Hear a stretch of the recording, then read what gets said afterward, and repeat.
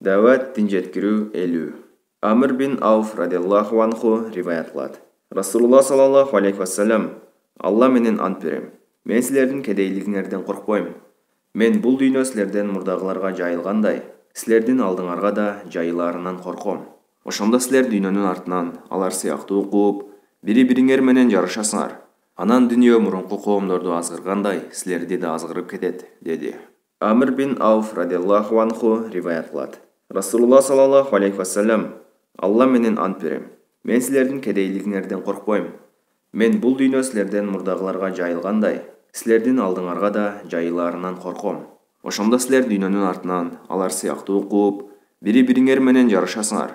Анан дүйнө мурунку коомдорду азгыргандай, силерди да азгырып кетет, деди. Амир бин Ауф радиаллаху анху риваят кылат. Расулулла саллаллаху алейхи вассалам: Алла менен ант берем. Мен силердин кедейлигиңерден коркпойм. Мен бул дүйнө силерден мурдагыларга жайылгандай, силердин алдыңарга да жайыларынан корком. Ошондо силер дүйнөнүн артынан алар сыяктуу кууп, бири-бириңер менен жарышасыңар. Анан дүйнө мурунку коомдорду азгыргандай, силерди да азгырып кетет, деди. Бухари. Пайдасы.